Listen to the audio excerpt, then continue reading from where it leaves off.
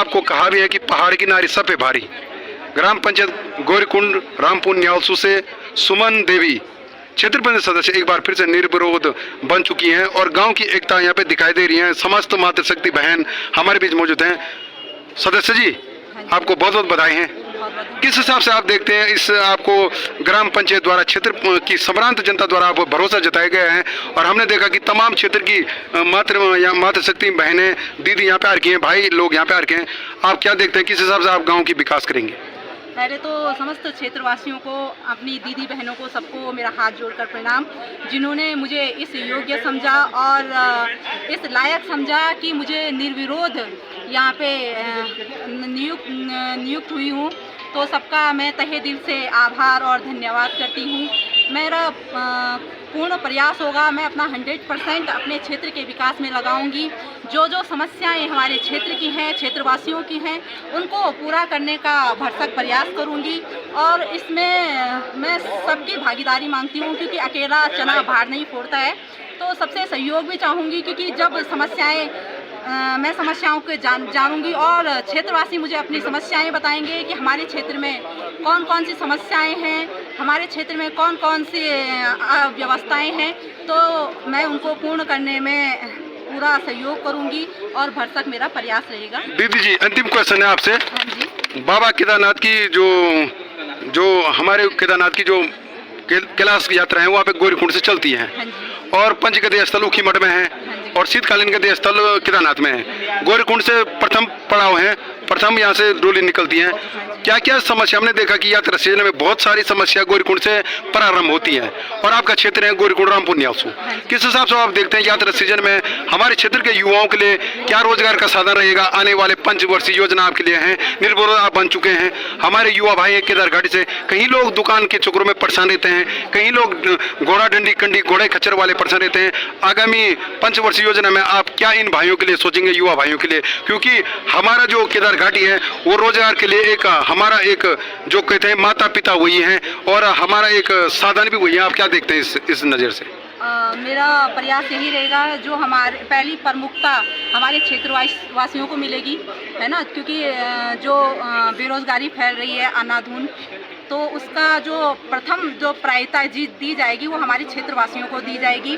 और जो यात्रा सीजन के टाइम पे जो शौचालय की अव्यवस्थाएं होती हैं और मार्ग का जो रोड मार्ग का चौड़ीकरण है, जिससे जाम वगैरह का वो होता है, और जो कई अव्यवस्थाएं जिनको हम मौखिक रूप से नहीं बोल सकते हैं, है ना, तो अभी तो पहला कदम मैंने इसमें रखा है। अभी मैं अपने क्षेत्रवासियों से भी जानने की कोशिश करूंगी कि आपकी मूलभूत समस्याएं क्या क्या हैं।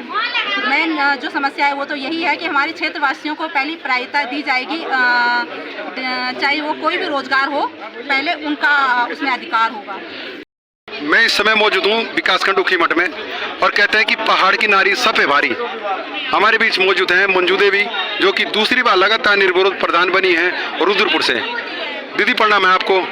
और क्या लगता है आपको, क्योंकि आपकी गांव की एकता हमें दिखाई दी है और लगातार आप इस ब्लॉक में पहली प्रत्याशी होगी जिनको लगातार दूसरी बार ग्राम प्रधान के उसमें निर्विरोध चुना गया है रुद्रपुर से।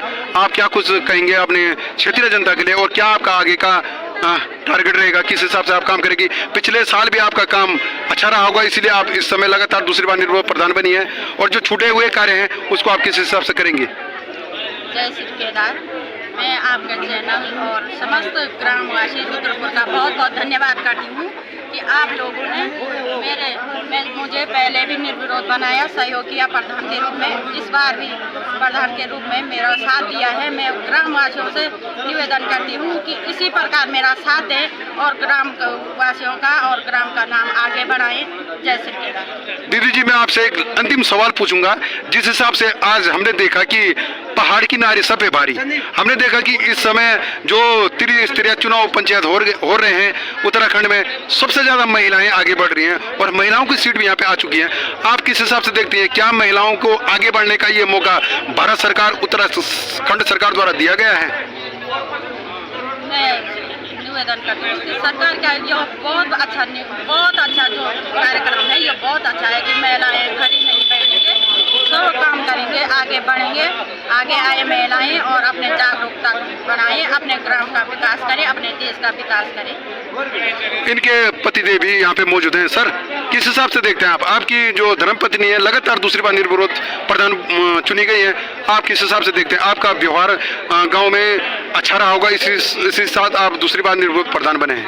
सर्वप्रथम मैं आपके चैनल को धन्यवाद करता हूँ और मैं अपने ग्रामवासी का बहुत बहुत आभार व्यक्त करता हूँ, साथ ही पूरे ग्रामवासी को। और हमारे केदार सभा के अध्यक्ष माननीय श्री राजकुमार तिवारी जी हमारे साथ लगातार बने रहते हैं और ये हमारे समाज के सर्वोच्च पद के अधिकारी हैं और जो हमारे अध्यक्ष हैं। और मैं सभी ग्रामवासियों का बहुत बहुत धन्यवाद करता हूँ कि आपने हमें जो है दूसरी बार निर्विरोध प्रधान पद के लिए चुना है।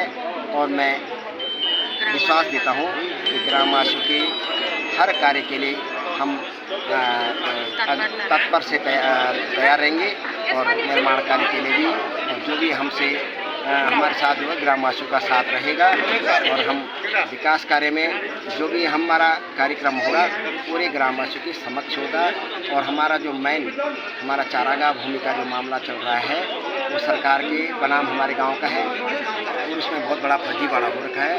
और मैं ग्रामवासियों से निवेदन करता हूँ उस जो फर्जीवाड़े में गौचर की भूमिका है उसकी। ग्राम पंचायत गिरिया से आपको बता दें कि नीमा थपनियाल निर्विरोध प्रधान बन चुकी हैं और गांव की एकता यहाँ पे गिरिया द्वारा दिखाई गई है। प्रधान जी बधाई आपके लिए। धन्यवाद। किस हिसाब से आप देखते हैं, जिस हिसाब से आपको ग्राम पंचायत ने भरोसा किया है, ग्राम पंचायत की सम्मान जनता ने आप पे एक भरोसा दिखाया है, क्या आगे आप करेंगे निर्विरोध प्रधान बनने पे बताइए, किस हिसाब से आप देखते हैं? मैं अपने गांव के लिए हमेशा आगे रहूंगी, अपने गांव का विकास करूंगी। सबसे पहले हमारे गांव में तो पिछले 7 साल से सड़क ऐसे बड़ी है, सबसे पहले हम उसको मेरा गांव मेरी सड़क पर जोड़ देंगे और अपने गांव के विकास में मेरा सहयोग रहेगा।